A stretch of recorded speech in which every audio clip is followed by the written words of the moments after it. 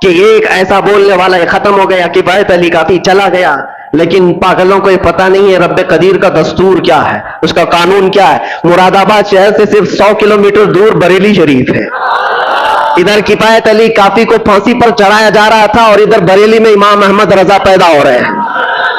جہاں میں اہل ایمان مثل خورشید جیتے ہیں، ادھر ڈوبے ادھر نکلے، ادھر ڈوبے ادھر نکلے۔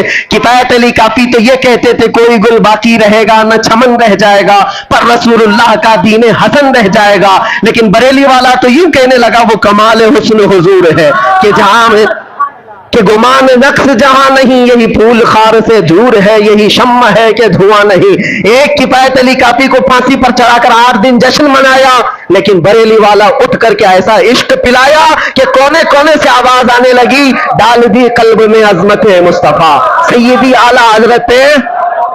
ہاں، اللہ کا یہ دستور ہے۔ آج میں یہاں کھڑا ہوں، کل نہیں ہوگا، اور کوئی اور آئے گا، لیکن یہ منبر خالی نہیں ہوگا، یہ منبر خالی نہیں ہوگا، یہ مسجد ویران نہیں ہوگی۔ میں اسی مسجد کا امام، میں اسی منبر کا ایک خطیب رہا، لیکن میرے بعد لوگ آتے گئے جاتے گئے۔ کیا کسی دن نماز بند ہوئی؟ کیا کسی دن خطبہ ختم ہو گیا؟ ہم تو ذریعہ ہیں، اللہ تبارک و تعالی ہمیں یہاں پر وقت مقررہ کے لیے رکھتا ہے، اسی طرح سے ہمارے بعد بھی آئیں گے۔ لیکن یاد رکھنا اللہ کا وعدہ ہے کہ لوگ اپنے منہ کے پھنکوں سے چراغ خدا کو بجھانا چاہتے ہیں، اور اللہ صبح قیامت تک اس چراغ کو روشن رکھے گا۔ لیکن ہم سب کی اور آپ کی ذمہ داری یہ ہے، ایسے جتنے بھی آئے ٹوپی پگڑی جبہ دیکھ کر کے نہیں پہچاننا، کبھی بھی نہیں۔ ہمارا معیار، ہماری کسوٹی یہ سارے لباس نہیں ہے، چال چلن نہیں ہے، چلت پھرت نہیں ہے، زبان نہیں ہے۔ ہماری کسوٹی صرف اور صرف ایک ہے، کسی کے اندر جھانک کر کے بھی دیکھو، گھس کر کے بھی دیکھو، ایک چیز ملنا چاہیے، وہ جو نہ ہو تو کچھ نہ ہو۔ وہ یہی کہنے والا حضور کے بغیر کچھ نہ ہو، اس کے اندر اتنی محبت اور اتنا عشق ہو تو پھر وہ کسی کسان کا بھی بیٹا ہو، ہمارے سر کا تاج ہے، وہ ہمارا امام ہے۔ عزیزان گرامی وقار، اسی کو میں خلاصہ کلام کے ساتھ آج یہ عرض کرنا چاہوں گا کہ اپنے حالات کو بھی بدلو، دنیا تمہارے انتظار میں ہے، دنیا تمہارے انتظار میں۔ تم نے اپنے اوقات کو کس چیز میں برباد کر رکھا ہے؟ سوشل میڈیا پر 18 گھنٹے برباد کرنے والے لوگ، نوجوانوں کی، آپ کے پاس موبائل ہے، اس میں دیکھ لو کبھی کبھار کہ کتنے گھنٹے آپ نے یوٹیوب یوز کیا ہے، کتنے گھنٹے انسٹا یوز کیا ہے، واٹس ایپ کتنے گھنٹے یوز کیا ہے۔ موبائل میں ریکارڈ موجود ہوتا ہے، روزانہ کا ایک کیلکولیشن لے کر کے بیٹھو، اور اس کے بعد پھر اللہ کریم کی بارگاہ میں یہ سوچو کہ کل رب ذوالجلال کی بارگاہ میں حضور پاک صلی اللہ تعالیٰ علیہ وسلم کے سامنے مجھ سے یہ سوال کیا جائے کہ تو اتنے گھنٹے اس موبائل کو اٹھاتا تھا، 1 منٹ 2 منٹ 3 منٹ بھی قرآن اٹھایا تھا دن بھر میں؟ کیوں نہیں اٹھایا؟ قرآن پاک کو فقط پکڑ کے تو دیکھا، مہینے گزر گئے، اٹھایا ہی نہیں ہے، چھوا بھی نہیں ہے۔ کیوں نہیں میرے عزیزوں؟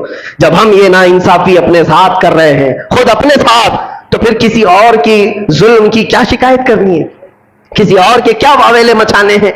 اپنے آپ کو بدلو۔ دنیا آج بھی تمہارے انتظار میں ہے کہ کہاں ہے وہ نبی پاک کا غلام جو نکلتا تھا تو اس کے چلنے کے انداز سے ہی مدینے کی خوشبو آیا کرتی تھی۔ آج میں چاہتا ہوں ہر جوان آ جائے، حضور پاک کی محبت کا واسطہ دیتا ہوں، حضور پاک کی محبت کا واسطہ دیتا ہوں کہ ہر نشہ کو چھوڑ دو، ہر برائی کو چھوڑ دو۔ وقت بہت کم رہ گیا ہے تمہاری زندگی میں بھی اور تمہاری نسلوں کے لیے بھی، اور امت پر جو حالات آ جائے، اسلام پر جو حالات آئے، بہت شارٹ پیریڈ ہے، بہت تھوڑا سا وقت ہے، کچھ کر جاؤ، کچھ اپنے آپ کو بدل ڈالو، اور ایسا کر جاؤ کہ دنیا پھر یہ کہے۔ میرے خلاصہ کلام، میری گفتگو کا لب لباب یہ ہے، اٹھو قوت عشق سے ہر پست کو بالا کر دو، دہر میں نام محمد سے اجالا۔ پہلی رمضان سے آج 27ویں شب ہے، ختم قرآن کی محفل ہے۔ ہر چیز بحمدہ تعالی، اللہ تبارک و تعالیٰ کے فضل سے اور اس کے رسول کے عنایت سے بہترین انداز میں مکمل ہوئی ہے۔ اللہ تعالیٰ ان محفلوں کو نظر بد سے محفوظ فرمائے۔ انا انزلناه فی لیلۃ القدر وما ادراک ما لیلۃ القدر لیلۃ القدر خیر من الف شہر تنزل الملائکۃ والروح فیہا باذن ربہم من کل امر سلام ہی حتی مطلع الفجر۔ صدق اللہ مولانا العظیم۔ بارگاہ رسالت مآب صلی اللہ تعالی علیہ وسلم میں درود پاک کا ہدیہ پیش کریں۔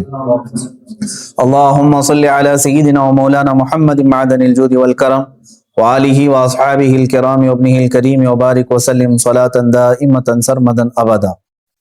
عزیزان گرامی وقار، آج کی یہ شب احادیث رسول صلی اللہ تعالی علیہ وسلم کے مطابق ممکنہ لیلۃ القدر میں سے ہے۔ حضور اکرم صلی اللہ تعالی علیہ وسلم کے فرمان عالی شان میں یہ ملتا ہے کہ شب قدر کو رمضان کی آخری طاق راتوں میں تلاش کرو، 21، 23، 25، 27 اور 29۔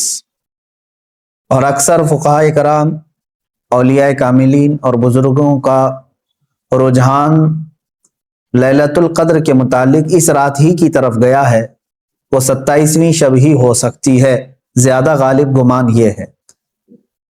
اور ہم لیلۃ القدر کو، شب قدر کو اس لیے بھی ڈھونڈتے ہیں کہ اس رات کی فضیلت میں میرے آقا صلی اللہ تعالی علیہ وسلم نے ارشاد فرمایا، اس رات جو بھی مومن بندہ ایمان کے ساتھ کھڑا ہوا اپنے رب تعالیٰ کے حضور، رات میں عبادت کے لیے کھڑا ہوا، توبہ و استغفار کیا، تو حدیث پاک میں اللہ تعالیٰ اس کے پچھلے تمام گناہوں کو معاف فرمائے گا۔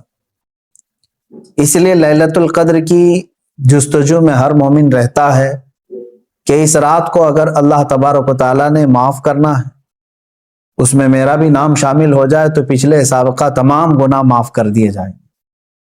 اللہ تبارک و تعالیٰ ہمیں لیلۃ القدر کی برکتیں عطا فرمائے اور سابقہ خطاؤں اور گناہوں کو مولا معاف فرمائے۔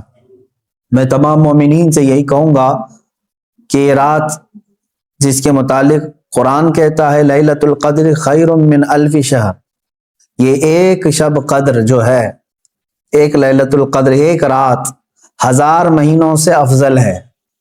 1000 مہینوں سے افضل ہے۔ 1000 مہینے کئی سالوں میں ہو جائیں گے جب آپ اس کو ترتیب دیں گے۔ 1000 مہینے تو کتنے سال بن جائیں گے، تو یہ اتنے سالوں سے بہتر ایک رات ہے۔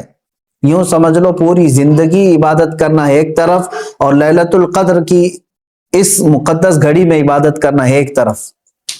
اس لیے اس رات کو ضائع ہونے نہ دیں۔ جو لوگ اس رات کو عیش و عشرت میں اور ادھر ادھر بیٹھ کر کے یا پھر گھومنے پھرنے میں، بائک رائڈنگ میں اور لوگوں کے تماشے دیکھنے میں جو گزارتے ہیں، میں سمجھتا ہوں وہ بہت بڑے حرمہ نصیب ہیں۔ انہوں نے اپنی قسمت میں ملی ہوئی اس رات کو اپنے ہاتھوں ضائع کیا، ہلاک کیا۔ اور اسی لیے میرے آقا صلی اللہ تعالی علیہ وسلم کی حدیث بھی ملتی ہے، وہ شخص تباہ و برباد ہو جائے، ہلاک ہو جائے جو رمضان کو پایا مگر اس کی قدر نہیں کیا۔ اب حضور پاک صلی اللہ تعالی علیہ وسلم نے اس کے لیے دعائے ہلاکت فرمائی ہے، تو ایسا بندہ تو ہلاک ہونا ہی ہے، ایسے کو تو برباد ہونا ہی ہے جو رمضان پایا لیکن اس کی قدر نہیں کر سکا۔ تو میرے عزیزوں، میں تمام نوجوانوں سے یہی کہوں گا، تمہارے لیے کھیلنے کودنے اور دوسرے کاموں کے لیے اور بھی بہت سارے اوقات ہیں، لیکن اس پاکیزہ وقت کو اس طرح ضائع نہ کرو۔ اور جو دیکھنے میں ملتا ہے، اس رات کو لوگ دوست احباب کے ساتھ نکل پڑتے ہیں، چلو عیش و عشرت کرنا ہے، کچھ گھومنا ہے پھرنا ہے، لوگوں کو پریشان کرنا ہے۔ اب تو حالات لاک ڈاؤن کے ہیں، باہر اگرچہ جانے نہ ملے مگر اپنے نوجوان بچے اپنے ہی محلے میں لوگوں کو، پولیس کو پریشان کرنے کے لیے نکلتے ہیں۔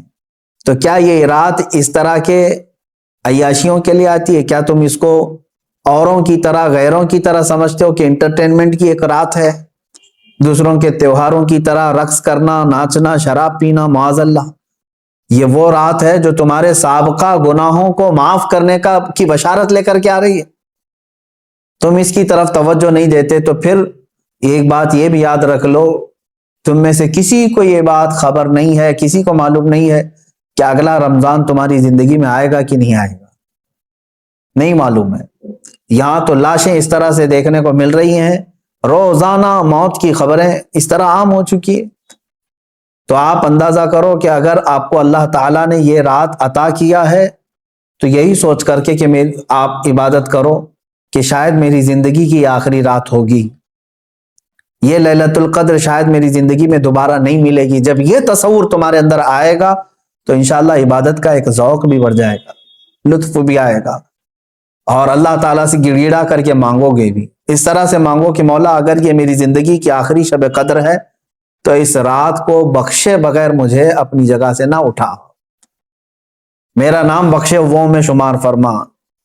جیسے کہ حضور پاک صلی اللہ تعالیٰ علیہ وسلم مکہ مکرمہ حاضر ہوئے اور جب واپس ہونے لگے تو خانہ کعبہ کے پاس آپ نے یوں دعا فرمائی تھی کہ اے اللہ اگر یہ میری آخری زیارت ہے خانہ کعبہ کے پاس تو پھر یہاں سے مولا ہم سب کی مغفرت کے بغیر ہمیں باہر نہ فرما۔ تو اس طرح سے آپ اس رات کو بھی یہ سمجھ کر کے دعا کریں کہ اگر میری زندگی میں اور دوبارہ رمضان آنا نہیں ہے یا لیلۃ القدر آنے کا ہماری زندگی میں کوئی نصیبہ نہیں ہے تو مولا اس رات کو ہی ہمیں معاف فرما دے اور اس کے بعد والی زندگی کو کبیرہ اور صغیرہ گناہوں سے محفوظ فرما دے۔ یہ لیلۃ القدر کے سلسلے میں میرے عزیزوں عبادتوں کا اہتمام کریں، عورتیں اپنے گھروں میں بچوں کو بھی لے کر بچیوں کو بھی لے کر بیٹھیں۔ صرف جاگنا اصل مسئلہ نہیں ہے، بعض لوگ سمجھتے ہیں کہ جاگنا چاہیے، جاگنے کا مطلب موبائل لے کر بیٹھ کر کے جاگنا، یہ فضیلت کی بات ہے۔ جاگنا اس کے لیے افضل ہے جو اپنے آنکھیں قرآن کی تلاوت میں لگا چکا ہو یا اپنے جسم کو رب ذوالجلال کی عبادت میں مصروف کر چکا ہو۔ اور اگر خالی جاگنا اور غیبت کرنا، چغلی کرنا یا واہیات دیکھنا ہے تو میں سمجھتا ہوں اس سے بہتر ہے سو جانا اس آدمی کا، وہ سو جائے گا تو کچھ گناہوں سے بچ جائے گا۔ تو یہ محض گناہ کرنے کے لیے جاگنا یہ افضل نہیں ہے اور نہ ہی اس میں کوئی نیکی کی بات ہے۔ اللہ تبارک و تعالیٰ سب کو اصلاح کی توفیق عطا فرمائے۔ آج میں خصوصیت کے ساتھ اس لیلۃ القدر میں آپ تمام کے سامنے حاضر آیا ہوں ایک درد دل لے کر کہ فلسطین کے مسلمانوں کے ساتھ جو حالات آج پیش آ رہے ہیں یہ نئی بات تو نہیں ہے، پچھلے 70 سالوں سے وہ اس ظلم کو برداشت کر رہے ہیں، لیکن اب حد ہو گئی ہے مسلمانوں۔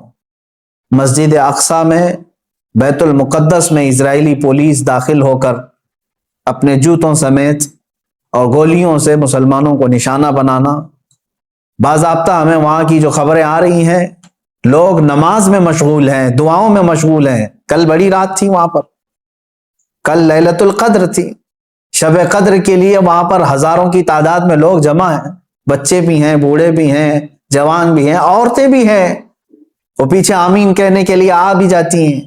ان سب کو ان ظالموں نے نشانہ بنایا ہے۔ مسجد اقصیٰ خون میں نہا رہی ہے، قبلہ اول ہمارا، بیت المقدس ہمارا، آج وہاں خون کی ہولی کھیلی جا رہی ہے۔ اب مجھے یہاں پر بات صرف اتنی کرنی ہے کہ وہ کہاں گئے سیکولر کے بھوت، وہ کہاں گئے جو انصاف اور امن و امان کی بات کرنے والے، ہیومن رائٹس کی تنظیمیں، کیا ان کے منہ میں گھی لگ گیا ہے؟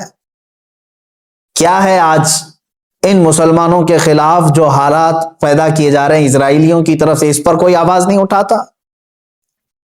یہ دہشت گردی نہیں ہے میرے عزیزو؟ آپ سمجھو پوری دنیا ایک طرفہ دہشت گردی کے لیبل کو صرف مسلمانوں پر چسپاں کرنا چاہتی ہے۔ ورلڈ کا سب سے بڑا دہشت گرد ہے یہ اسرائیلی حکومت کے انڈر میں اس طرح کی جو سازشیں ہو رہی ہیں۔ آپ سوچیں کسی بھی مذہب کے، کسی بھی دھرم کے لوگ جب عبادت میں ہوتے ہیں تو گویا کہ وہ دنیا سے کنارہ ہو کر اپنے اپنے خدا کے پاس جا رہے ہیں، یہی تو ان کا تصور ہوتا ہے۔ عبادتوں کے وقت کسی کو گولیوں کا نشانہ بنانا اور صفوں کو درہم برہم کرنا اور بچوں پر بھی گن تان لینا اور وہاں کے نوجوانوں کے سر پر جوتیاں رکھ کر کے کھڑے ہو جانا، عورتوں کے دوپٹے کھینچ لینا، یہ ہے ایک چہرہ اسرائیل کا جس کو دنیا بتانا نہیں چاہتی۔ اور وہ سب حد پار کر کے بھی امن کے مسیحا ہیں اور دہشت گرد ہم ہیں۔ وہ قتل بھی کرتے ہیں تو چرچا نہیں ہوتا، ہم آہ بھی کہتے ہیں تو ہو جاتے ہیں بدنام۔ میرے عزیزو، اب یہ وقت قیامت کے قریب کا ہے۔ آپ دیکھو کہ تمہارا مسیحا ہے کون؟ کون تمہارے لیے آواز اٹھانے والا ہے؟ تقریباً 57 ممالک اسلامی نام سے جانے جاتے ہیں، ان میں کا کوئی لیڈر سوائے ترکی یا کچھ لوگوں کے؟ یہ سارے اپنی عیاشیوں میں مصروف ہیں۔ فلسطین کے بچوں کو ایک لقمہ کھانا دینے کے لیے بھی سعودی عرب کی حکومت تیار نہیں، امارات تیار نہیں۔ یہ تو اسرائیل کے ساتھ پینگے بڑھا رہے ہیں، اسرائیل کے ساتھ معاہدے کرنے چلے ہیں، اپنی پراپرٹیاں اور اپنے ایئرپورٹ ان کو گروی دینے کے لیے چلے ہیں۔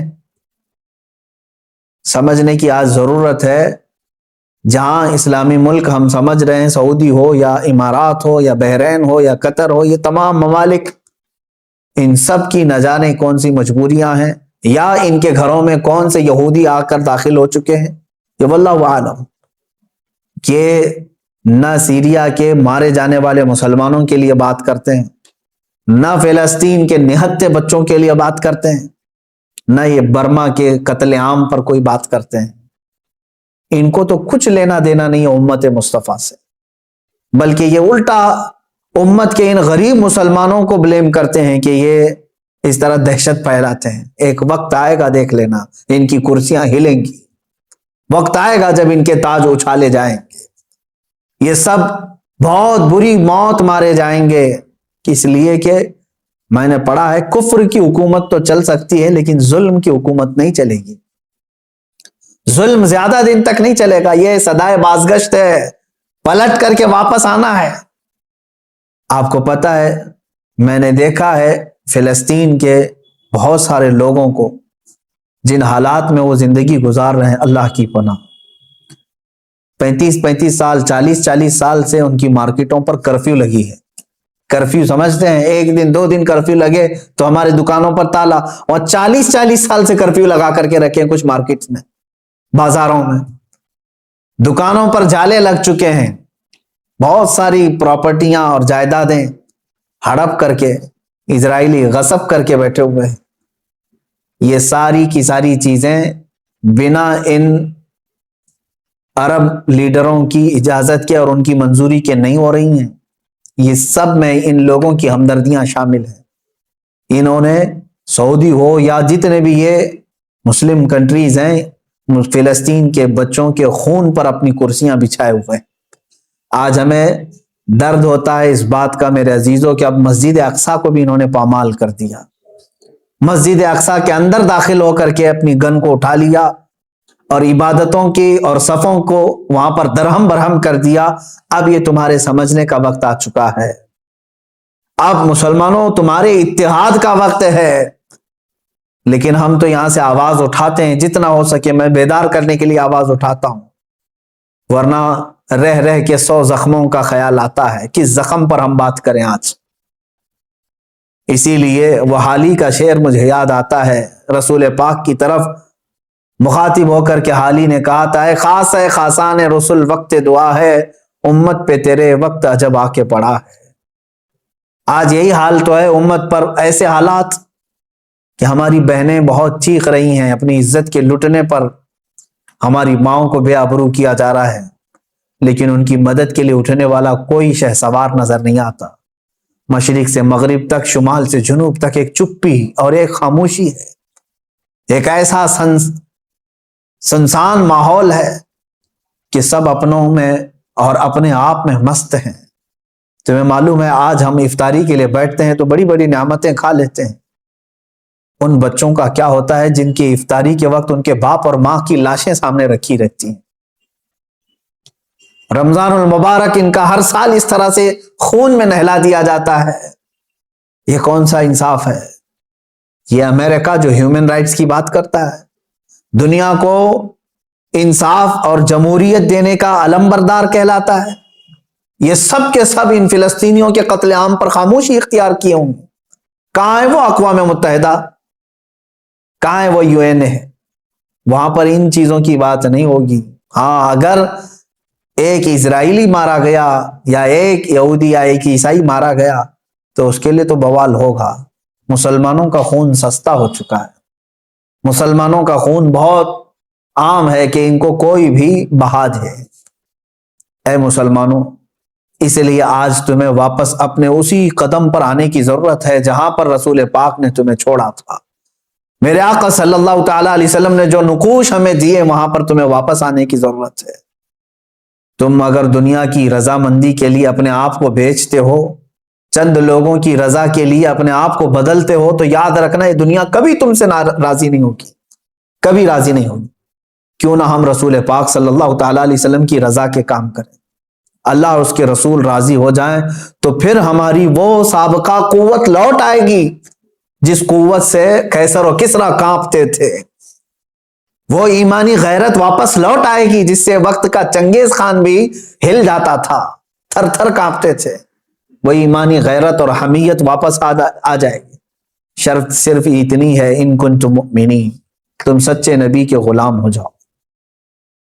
ولا تہینوا ولا تحزنوا وانتم الاعلون, میرے رب کا وعدہ ہے کہ تم غم نہ کرو, پریشان مت ہو, تم بلند ہوگے, لیکن اس کے ساتھ ایک شرط ہے کہ تم نبی کی وفاداری تو کرو, غلامی میں تو آ جاؤ.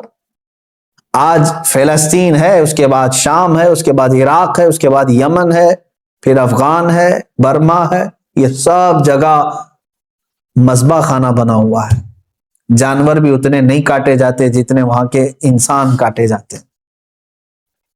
میرے عزیزو, آج کے ان حالات کو دیکھ کر کے مجھے اندازہ ہو رہا ہے اب رب تبارک و تعالیٰ کا یہ قہر ہی تو ہے کورونا.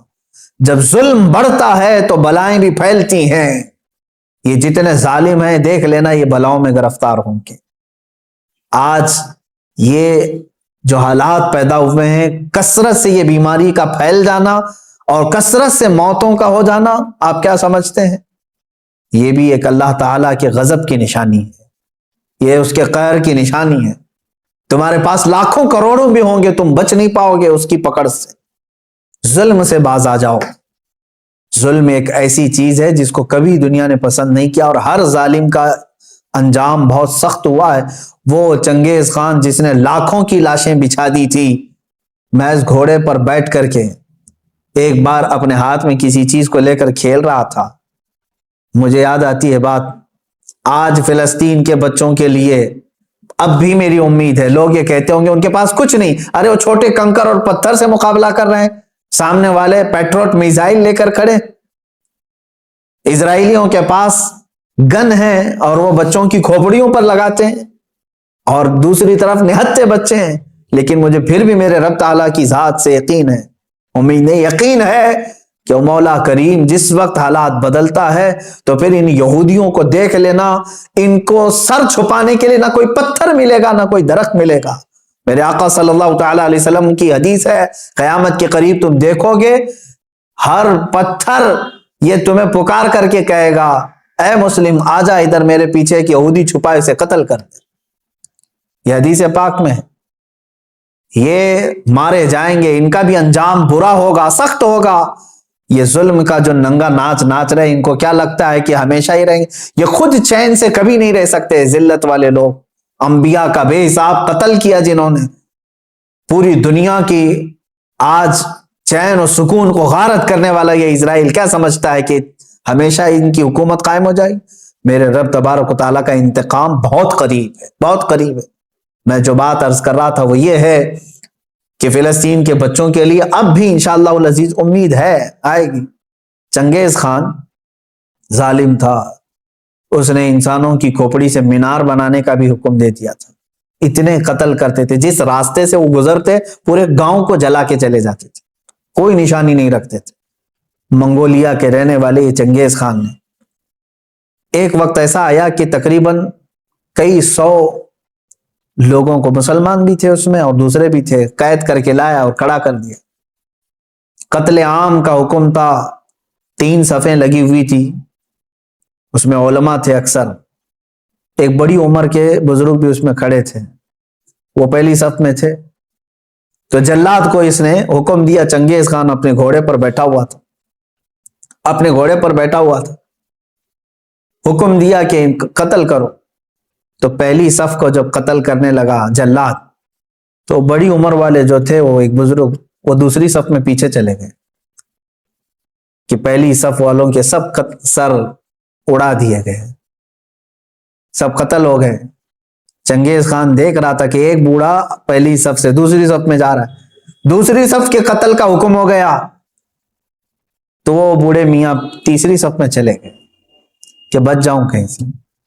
چنگیز یہ چیز دیکھ کر کے ہنس رہا تھا, کہکا مار رہا تھا. دوسری صف کے بھی پورے لوگ قتل ہو گئے.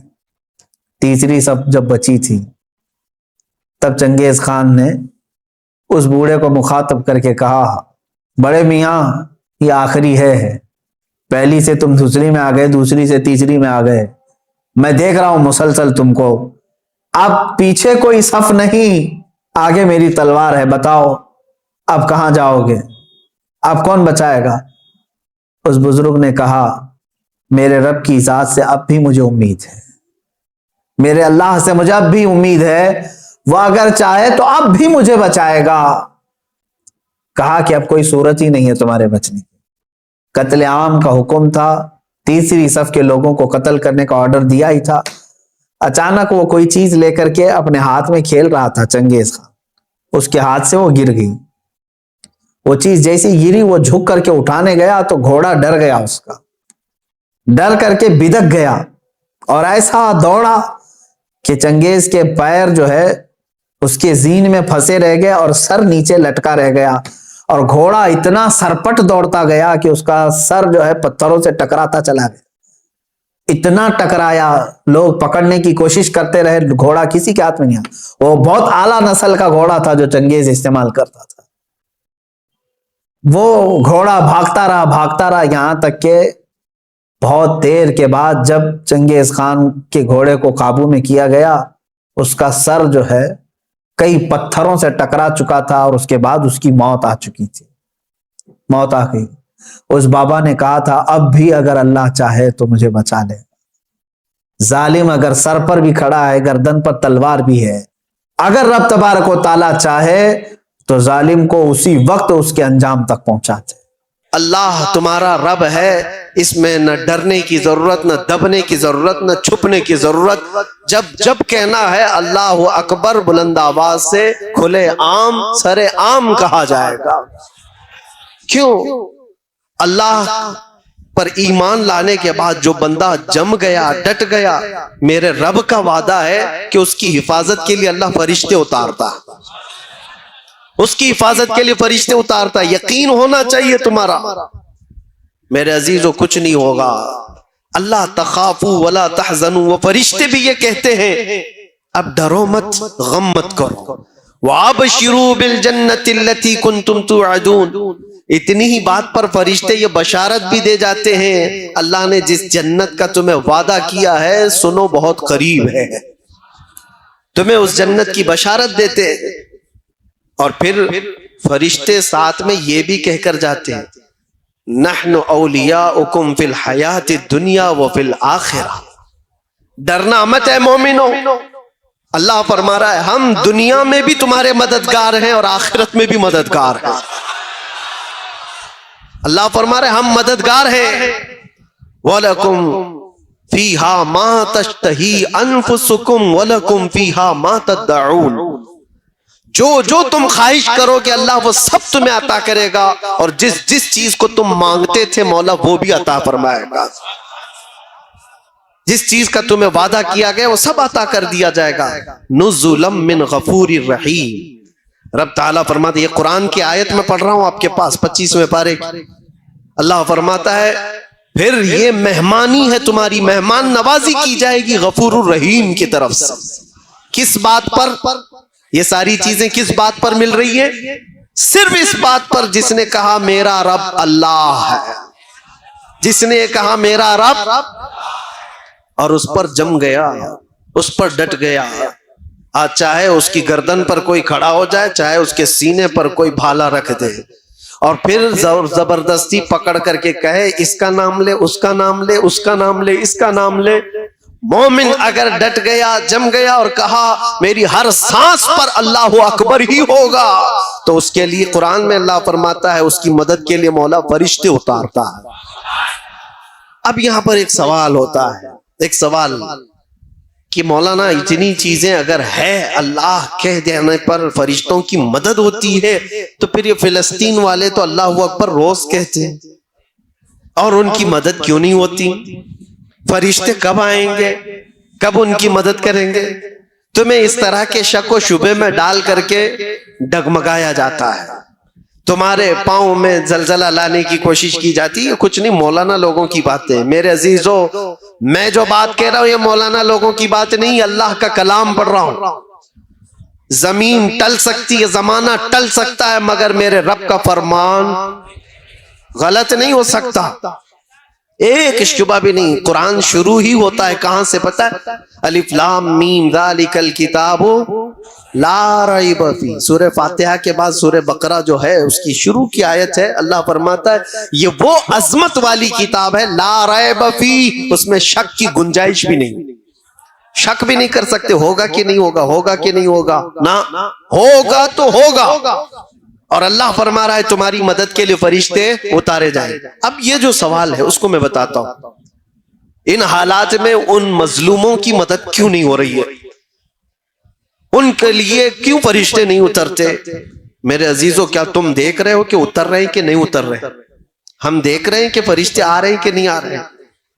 جو وہاں کے حالات ہیں یہ بظاہر ہمیں نظر آتے ہیں، لیکن اللہ کا وعدہ سچا ہے، سچا ہے اور سچا ہے.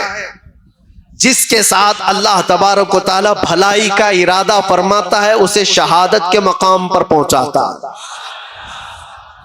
اور جس کو شہادت ملی ہے، جس کو شہادت ملی ہے، جانتے ہو پوری کائنات سمیٹ کر کے لاؤ شہید کے ناخن کے برابر بھی نہیں ہوگی. پوری دنیا سمیٹ کر کے لاؤ شہید کے ناخن کے برابر نہیں ہو پائے گی. شہید کو اللہ تبارک و تعالی جو مقام عطا کرتا ہے حدیث پاک میں ہے، اس کی روح نکلنے سے پہلے اسے جنت دکھائی جاتی ہے، اسے جنت میں اس کا ٹھکانہ بتا دیا جاتا ہے. تو کیا یہ اللہ کی مدد نہیں ہے؟ کیا یہ اللہ کی رحمت نہیں ہے؟ صحابہ، تابعین، اولیاء سبوں نے یہ دعا کیا کہ اللہ تیرے راستے میں ہمیں موت آئے تو شہادت کی موت آئے. کسی شہید کی موت پر تم فخر کرتے ہو کہ نہیں کرتے ہو؟ شہیدوں کو ہم زندہ کہتے ہیں اور قرآن بھی کہتا ہے.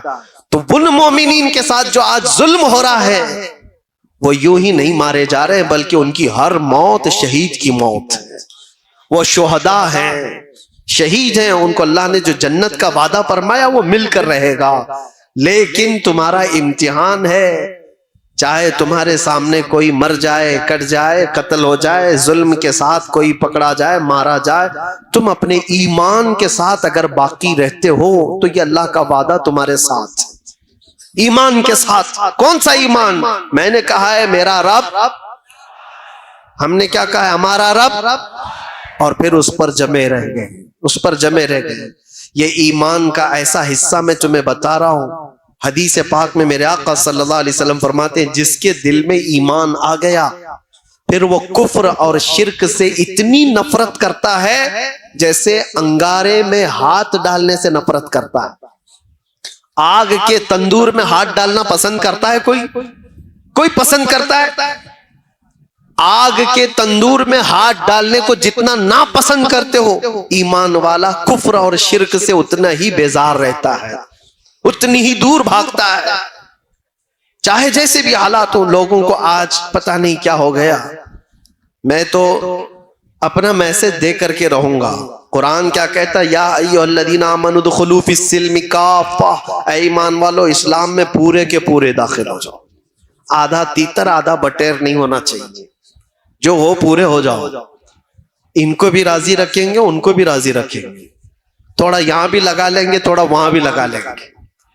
صبح ان کے پاس چلے جائیں گے، شام میں ان کے پاس چلے جائیں گے. پارٹی اس کے بغیر تو چلتی نہیں ہے. یہ بہت ساری جگہوں پر آج کے جو حالات ہیں، لوگوں نے یہ سمجھ رکھا ہے سیاست کرنا ہے، پالیٹکس کرنا ہے تو پھر سب کو راضی رکھنا ہے. ہم یہ نہیں کہتے کہ سب کو راضی نہ رکھو، راضی رکھو، لیکن اپنے خدا کو سب سے پہلے راضی کرو. اور اللہ بہتر جانتا ہے اس کو تم راضی رکھو گے پوری دنیا کو اللہ تم سے راضی کرا دے گا. اس کے دستے قدرت میں ہے وہ بندوں کو راضی کرانا. ہزاروں نہیں لاکھوں کے دلوں کو مولا تمہاری طرف پھیر دے گا، بس اس کو راضی کرو. جب رب تبارک و تعالی فضل فرمائے کسی پر تو بغیر کسی پرچار کے لوگوں کو اس کی طرف پھیر دیتا ہے.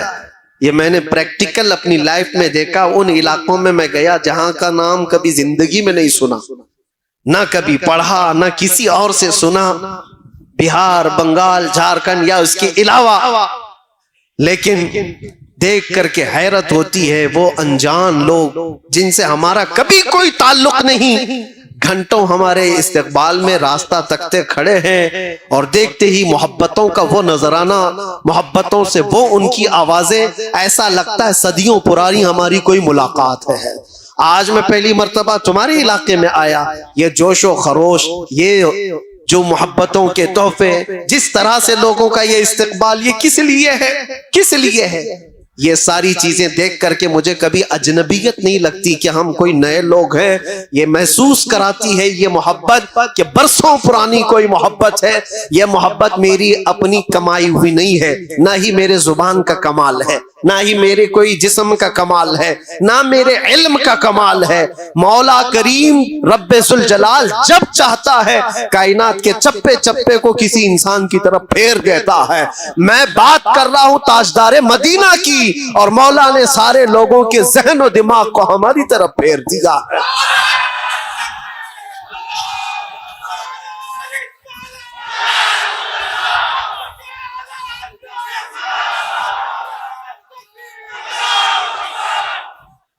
راضی کرو اس رب ذوالجلال کو، وہ اگر راضی ہے تو سب کچھ ٹھیک ہے۔ اگر وہ اسی کو ناراض کیا اور پھر دنیا کو راضی کرتے کرتے تھک گئے، کیا ملا؟ کیا حاصل کیا ہے؟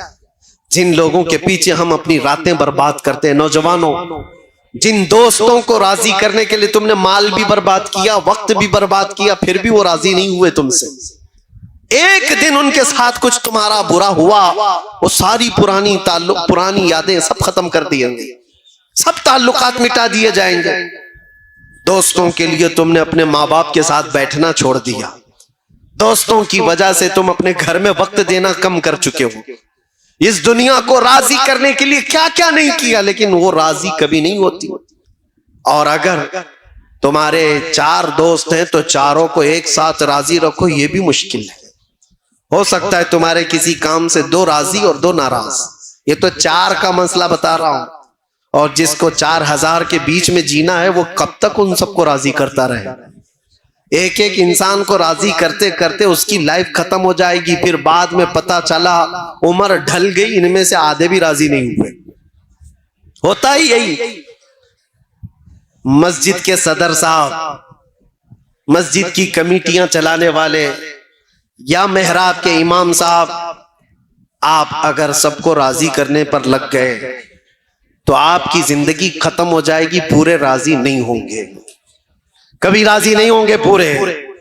ایک بات یاد رکھو، تمہیں رب تبارک و تعالیٰ نے یہ خدمت عطا کی ہے تو صرف رب ذوالجلال کو راضی کرنے پر لگو، اللہ کو راضی کرو، اور اللہ اگر راضی ہوا تو پوری کائنات کو اللہ خود اپنی جانب سے تمہاری طرف سے راضی کرا دے گا، وہ تمہاری محبت ان کے دلوں میں خود ڈال دے گا۔ مجھے آج بتاؤ، سلطان الاولیاء غوث العظم عبد القادر جیلانی رضی اللہ تعالیٰ عنہ کو دیکھا ہوا یہاں کون بیٹھا ہوا ہے؟ کوئی ان کو دیکھا ہوا؟ ان کے زمانے کا، آس پاس کا سرکار غریب نواز کو دیکھا ہوا کوئی ہے؟ برسوں بیت گئے، لیکن آج بھی تمہارے دلوں میں ان کے نام کی بھی محبت کیسی ہے؟ ان کے نام کی بھی محبت کیسی؟ وجہ یہ ہے کہ وہ جب تک زندہ تھے صرف اپنے رب کو راضی کرتے تھے، اللہ کو راضی کرنے پر لگ گئے، اللہ کو راضی کرنے پر لگے رہے، اور رب تبارک و تعالیٰ نے پوری کائنات کو ان سے راضی کرا دیا ہے۔ پوری دنیا میں لوگوں کے دلوں میں اللہ نے ان کی محبت ڈالی ہے۔ ایک بات بتاتا ہوں، اللہ تبارک و تعالیٰ کو بندہ راضی کرنے پر جب لگ جاتا ہے، اس کا بہت کچھ لٹ گیا ہو تو بھی اسے جیسے بظاہر کچھ چیزیں نقصان میں آ گئی، ہوتا ہے میں رب کو راضی کرنے کے لیے نکلا، میرا وہ چھوٹ گیا، یہ چھوٹ گیا، یہ شیطان تمہارے دلوں کے اندر یہ احساس ڈالے گا تو نماز کے لیے جا رہا ہے، اللہ کو راضی کرنے کے لیے دکان کیسے چلے گی؟ پورا فل بزنس ٹائم ہے یہ نماز کا، اس وقت گراہک کو چھوڑ کے کیسے جائے گا؟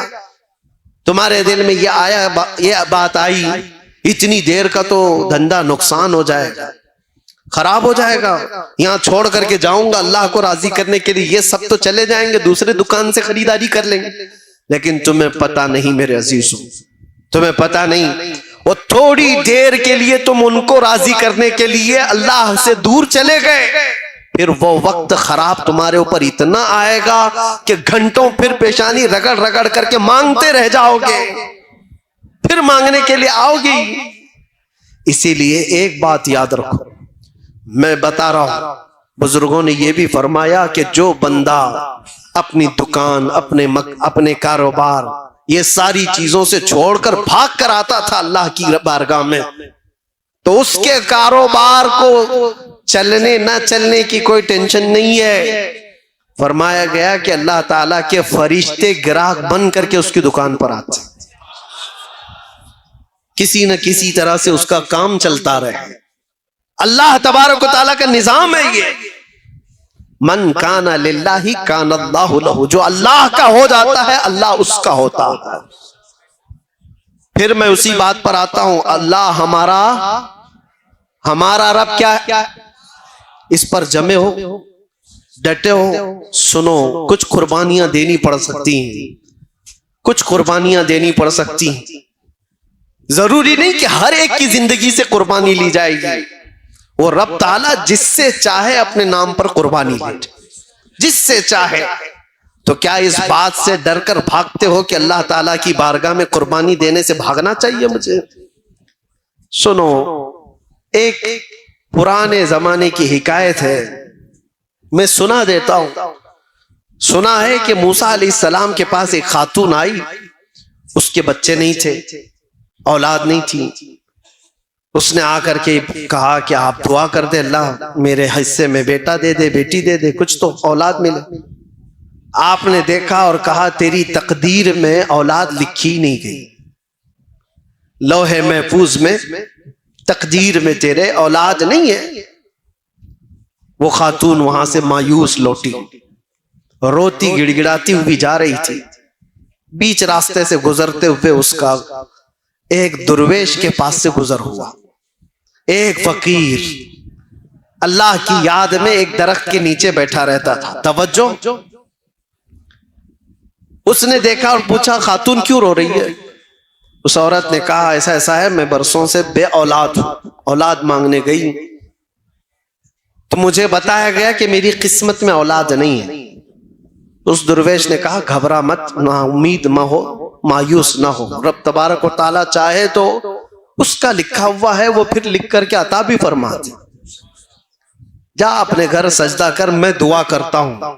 وہ عورت گئی، روز سجدہ کرتی تھی، دعا کرتی تھی، اور یہ درویش ادھر اس خاتون کے لیے دعا کرتا تھا، فقیر۔ چند ہی دنوں کے بعد اس عورت کے گھر میں حمل کے آثار، اور چند دنوں کے بعد ایک خوبصورت بیٹا پیدا ہوا۔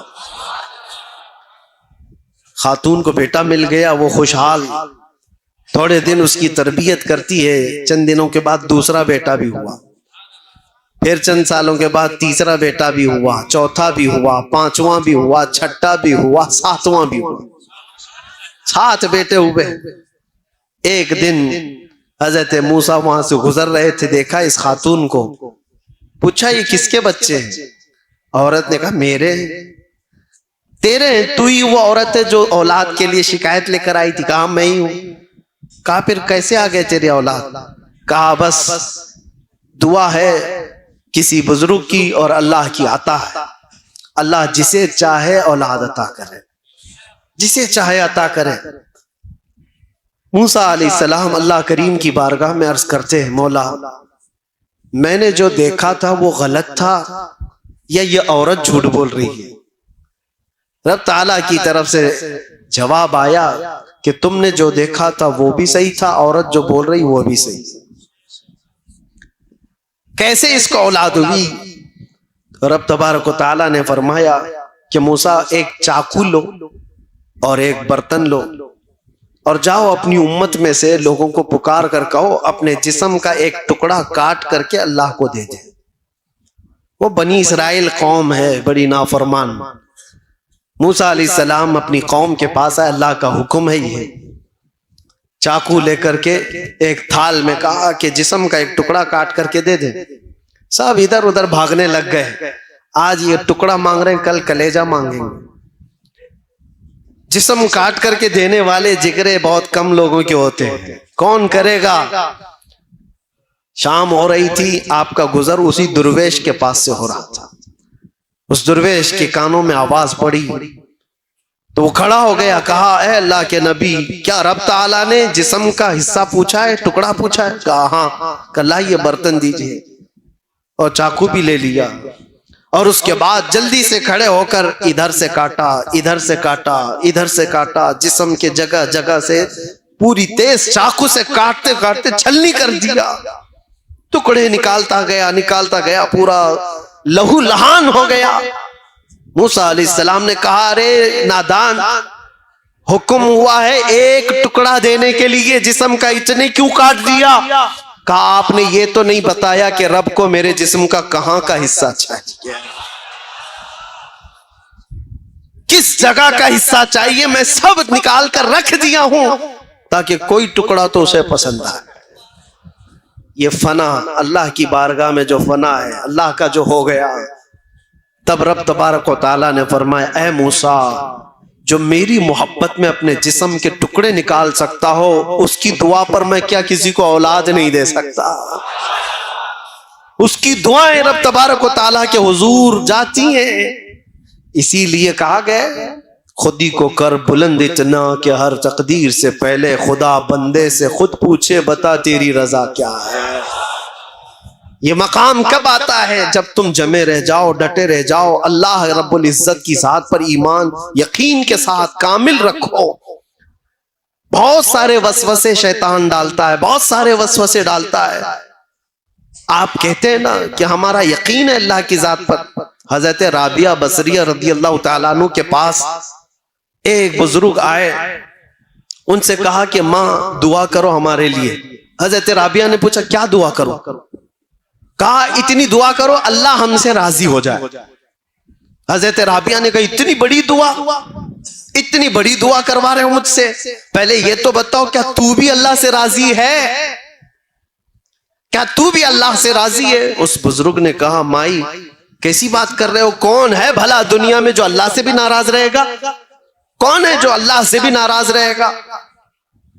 حضرت رابعہ مسکرانے لگی اور کہنے لگی اے بندے خدا، بہت لوگ ہیں جو اللہ سے ناراض ہیں. یہ کہتے ہیں اپنے رب کو اللہ کہتے ہیں، یہ ناراض ہے، راضی نہیں ہے اللہ سے. کہا ایسا کیسے ہو سکتا ہے؟ کہا ہو تو سکتا ہے، کرتے ہیں. تھوڑی سی زیادہ گرمی آئی تو کہتی یہ کیسا خطرناک موسم آ گیا. بارش آئی تو کہتی بے موسم کے بارش آ گئی. یعنی تم اس بات پر راضی نہیں ہو، تم مشورہ دو گے کہ اللہ کب بارش برسائے کب نہ برسائے. تمہارا کیا دخل ہے؟ تم تھوڑی سی گرمی آتی ہے تو ہائے ہائے کرتے ہوئے لوگوں کو شکایت کرتے ہو. اگر اللہ سے یہ راضی ہوتے تو اس رب کی شکایت دوسروں کے پاس نہیں کرتے. ان کی ناراضگی کا حال تو یہ ہے جب ان کو اللہ دیتا ہے بے حساب دیتا ہے تو چھپا کر رکھتے ہیں، کسی کو نہیں بتاتے کتنا مال ہے کسی کے پاس، چھپا کر رکھتے ہیں. اور جب چھوٹی سی بیماری دیتا ہے تو 10 لوگوں کو کہتے ہیں مجھے بخار ہو گیا، مجھے تکلیف ہے، مجھے مصیبت ہے. حضرت رابعہ کہتی ہیں یہی تو اپنے رب سے اگر راضی ہوتا تو اس کی نعمتوں کو کھول کھول کر بیان کرتا اور اس کی دی ہوئی مصیبتوں پر صبر کرتا. عزیزان گرامی وقار، آج کی اس رات میں آپ سب سے یہی گزارش کروں گا، ایمان کی حفاظت اس زمانے میں بہت بڑا چیلنج ہے تمہارے لیے. اللہ کے نبی صلی اللہ علیہ وسلم نے فرمایا ہے ایک زمانہ میری امت پر ایسا آئے گا کہ ایمان پر ان کو کھڑا رہنا اتنا مشکل ہو جائے گا جیسے ہتھیلی پر انگارہ لے کر کھڑا ہونا مشکل ہے. وہ دور آ چکا ہے، وہ دور آ چکا ہے. تمہیں اپنے ایمان کے ساتھ باقی رہنا، قائم رہنا. آج کا دور تو نکل جائے گا، ایسے ویسے تم بھی بوڑھے ہو جاؤ گے، ابھی موت آ جائے گی. اگلی جو نسل آنے والی ہے ان کا سوچو، ان کا سوچو. کیا آج حالات ایسے نہیں کہ کلمے پر، اذان پر، حضور کے نام پر، قرآن کے اوراق پر، مزارات اولیاء پر، اسلام کے شعائر پر، ہر چیز پر حملے نہیں ہیں؟ ہر چیز پر حملے. اور اس میں سے ایک جماعت ایسی بن جائے گی جو سیکولر بن جائیں گے. ٹوپی داڑھی رکھنے والے وہ سیکولر بن جائیں گے اور کہیں گے ٹھیک ہے ٹھیک ہے، ہم بھی بار بار لا الہ الا اللہ نہیں پڑھیں گے. ٹھیک ہے ہم آزانیں بھی بند کر لیں گے، یہ بھی نکال لیں گے، وہ بھی نکال لیں گے، ہم نیوٹرل ہو جائیں گے، وہ ایک جماعت ایسی بن جائے گی، اللہ اس شریر جماعت سے ہماری حفاظت فرمائے۔ وہ منافقین کی جماعت ہوگی، منافقین ہوں گے جن کا دل کفر کر چکا ہوگا، جن کا دل غیر خدا کو راضی کرنے کے لیے اپنے خدا کو چھوڑ چکا ہوگا۔ آپ کا دل ایسا ہونے نہ پائے، موت قریب ہے، قیامت قریب ہے، نوجوانوں اپنے ایمان کی حفاظت کرو۔ قرآن میں رب تعالیٰ فرماتا ہے ان اللہ لا یغفر ان یشرک بہ ویغفر ما دون ذلک لمن یشاء، اللہ فرماتا ہے اس کے ساتھ کسی نے کسی کو شریک کیا، شرک کیا تو اللہ اس کو کبھی معاف نہیں کرے گا، اور اس کے علاوہ جو بھی گناہ کیا ہے اللہ سب معاف کرے گا، جو بھی گناہ ہوا ہے اللہ سب معاف کرے گا، یہاں تک کہ جنہوں نے حضرت امیر حمزہ کو قتل کیا، وحشی، ان کے متعلق یہ آیت آئی تھی